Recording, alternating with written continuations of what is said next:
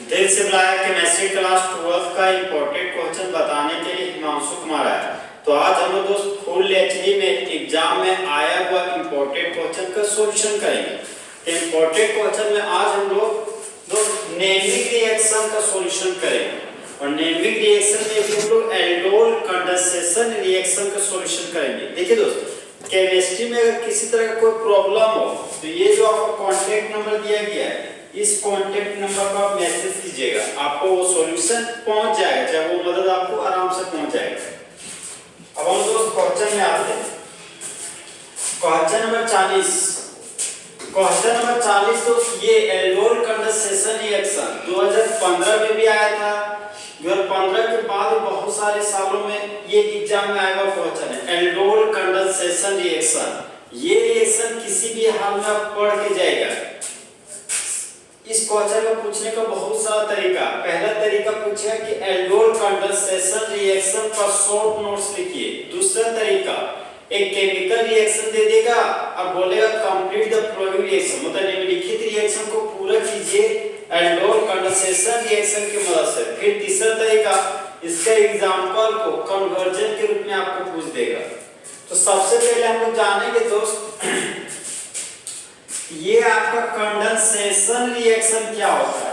देखिए दोस्त, एक ऐसा रिएक्शन जहां पर बाय प्रोडक्ट के रूप में वाटर का मॉलिक्यूल बनता हो वही आपका कंडेंसेशन रिएक्शन कहलाता है। तो जिस तरह दोस्त मेरे क्लास के दो कंपोनेंट है बॉयज एंड गर्ल्स, उसी तरह कंडेंसेशन रिएक्शन के भी दो कंपोनेंट है। एक है आपका एल्डोल कंडेंसेशन रिएक्शन और एक है आपका कैनिजारो रिएक्शन। अब यहाँ पर देख सकते हो दोस्त, ये जो नेमिक रिएक्शन है दोस्त, इसी में आपका मैक्सिमम कॉन्सेप्ट छुपा हुआ है। देखिए एल्डोल कंडेंसेशन रिएक्शन में शुरू में अल लिखा हुआ है, तो अल का मतलब हो गया दोस्त कि अल्फा हाइड्रोजन होना चाहिए। एल्डोल कंडेंसेशन रिएक्शन होने के लिए अल्फा हाइड्रोजन होना चाहिए।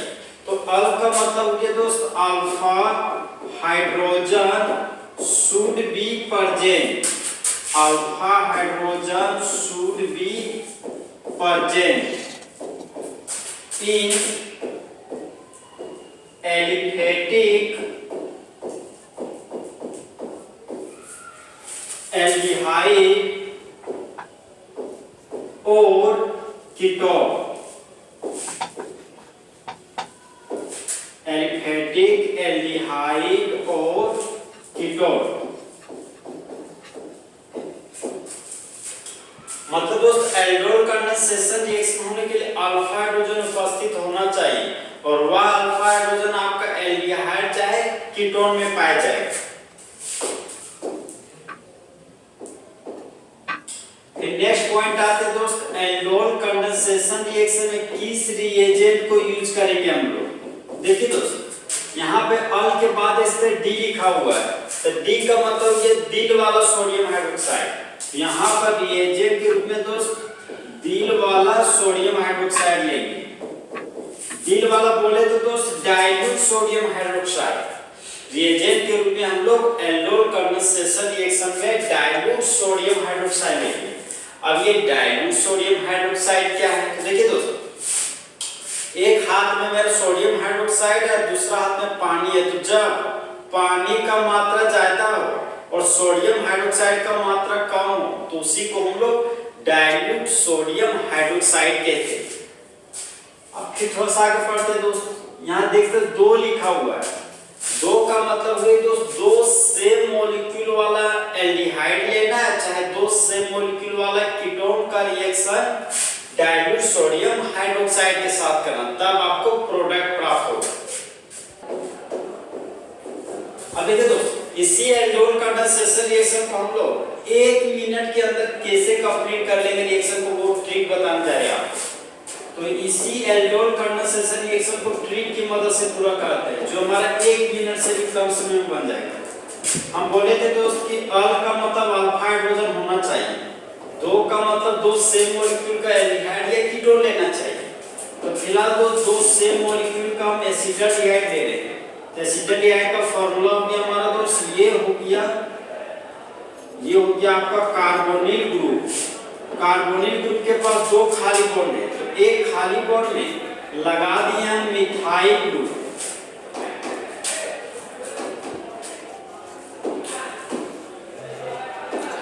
एक खाली बॉन्ड में लगा दिए हम मिथाइल ग्रुप और दूसरा खाली बॉन्ड में लगा दिए हाइड्रोजन। तो दो कार्बन के एल्डिहाइड को कॉमन नेम में एसिटल्डिहाइड बोलते हैं, एसिटल्डिहाइड। अब देखिए दोस्तों, एसिटल्डिहाइड का फॉर्मूला हो गया CH3 C double bond OH। अब इसी एसिटल्डिहाइड को दोस्त कुछ इस तरीके से लिख सकते हैं, जो एल्डिहाइड के पास अल्फा कार्बन है उस अल्फा हाइड्रोजन को कुछ हम लोग इस तरह से फैला के लिख सकते हैं, मतलब CH3 को कुछ इस तरीके से भी हम लोग लिख सकते हैं। फिर यहाँ पर दोस्त रिएजेंट के रूप में डाइल्यूट सोडियम हाइड्रोक्साइड लेंगे, डाइल्यूट सोडियम हाइड्रोक्साइड। अब देखिए दोस्तों, हम लोग जानते हैं कि बॉयज और गर्ल्स को एक साथ स्टूडेंट बोलते हैं, उसी तरह हाइड्रोजन और ऑक्सीजन को एक साथ वाटर बोलते हैं। यहाँ पर दोस्त यहाँ से निकालेंगे एक ऑक्सीजन और यहाँ से निकालेंगे दो हाइड्रोजन, तो दो हाइड्रोजन और एक ऑक्सीजन आपस में जुड़कर बाय प्रोडक्ट के रूप में बना लिया वाटर। अब देखिए दोस्त, यहाँ पर CH3 सिंगल बॉन्ड कार्बन है,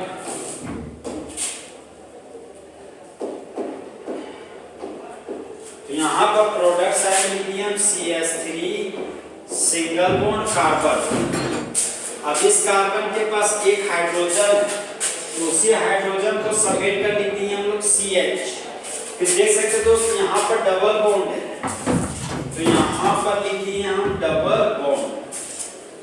फिर देख सकते दोस्त, यहाँ पर CH ग्रुप है, तो यहाँ पर लिख दिए हम CH ग्रुप। फिर देख सकते हैं CH के आगे एल्डिहाइड फंक्शनल ग्रुप है, तो यहाँ पर दोस्त एल्डिहाइड फंक्शनल ग्रुप लिखेंगे, ये हो गया हमारा एल्डिहाइड फंक्शनल ग्रुप। अब देखिए दोस्तों, ये एल्डिहाइड फंक्शनल ग्रुप कार्बन रखने वाला फंक्शनल ग्रुप है। एल्डिहाइड फंक्शनल ग्रुप बोलता है कि हम जहाँ खड़े होते हैं वहीं से नाभिक शुरू हो जाता है। यहाँ पर प्रिंसिपल चेंज हो जाएगा दोस्त, first carbon, second carbon, third carbon, fourth carbon, तो चार कार्बन के लिए रूट वर्ड ब्यूट हो गया और दो पर डबल बॉन्ड है, तो यहाँ पर हो गया 2 एल्डिहाइड फंक्शनल ग्रुप के लिए सेकेंडरी सफिक्स के रूप में अल लिखते हैं, तो यहाँ पर लिखते हैं दोस्त 1 अल। अल्फाबेट नंबर है तो हाइफन हाइफन हाइफन लिखिए, तो इस कंपाउंड का यूनिट नेम हो गया ब्यूट 2 in 1 अल। देखिए दोस्त, एग्जाम में जब आएगा ना तो कोशिश कीजिएगा कि इसी पैटर्न से आप इस क्वेश्चन को बना पाए, क्योंकि जो इसके पहले वाला मेथड बनाया है उस मेथड में थोड़ा सा ज्यादा कॉन्सेप्ट का यूज है। शायद हो सकता है कि आप शुरुआत तो रिएक्शन का ठीक है, लेकिन बीच वाला मिडिल टाइम में पता चला आप फंस गए जाके, तो ऐसी हालत में दोस्त परीक्षा नहीं बना पाएगा। तो अगर इस ट्रिक का यूज कीजिएगा एल्डोल कंडेंसेशन रिएक्शन को बनाने के लिए, तो आप लोग के लिए होगा आसान।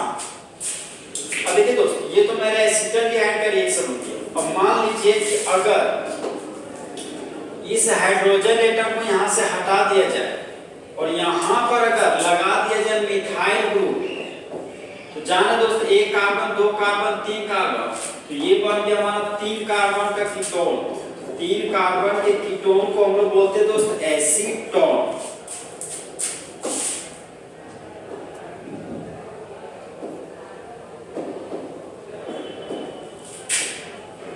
अब यहां पर भी हमको दोस्त एसीटोन बनाना पड़ेगा।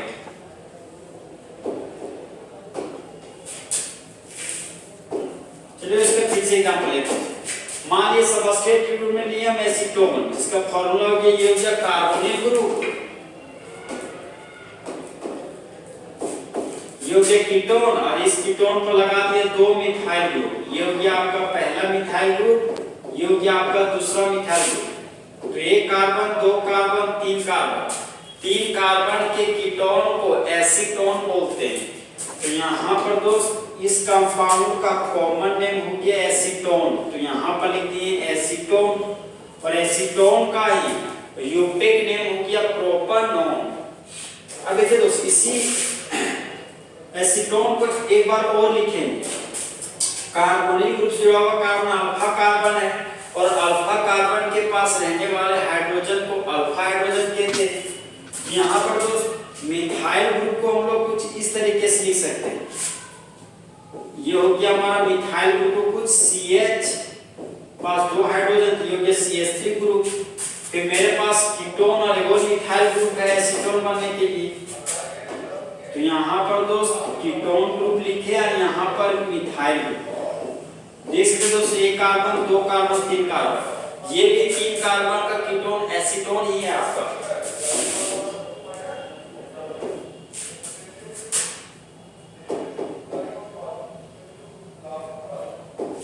अब हम दोस्त रिएजेंट के रूप में दिल वाला सोडियम हाइड्रोक्साइड लेंगे, बोले तो डाइल्यूट सोडियम हाइड्रोक्साइड लेंगे।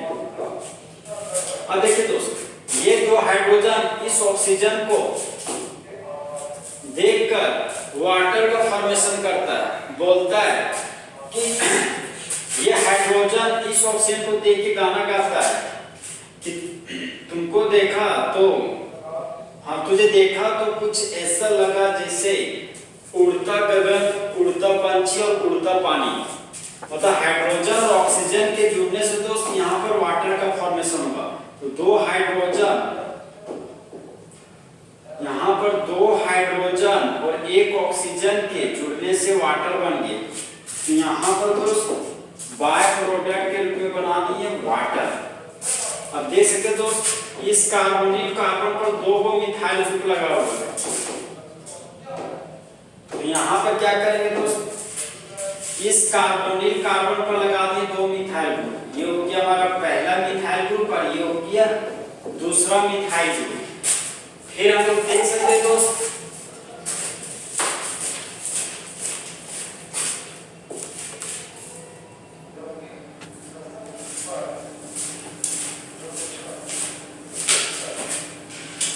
अब यहाँ पर हम देख सकते हैं दोस्त यहाँ पर कार्बोनिल कार्बन था, तो यहाँ पर लिखिए हम कार्बोनिल कार्बन और इस कार्बोनिल कार्बन पर 2 मिथाइल ग्रुप था।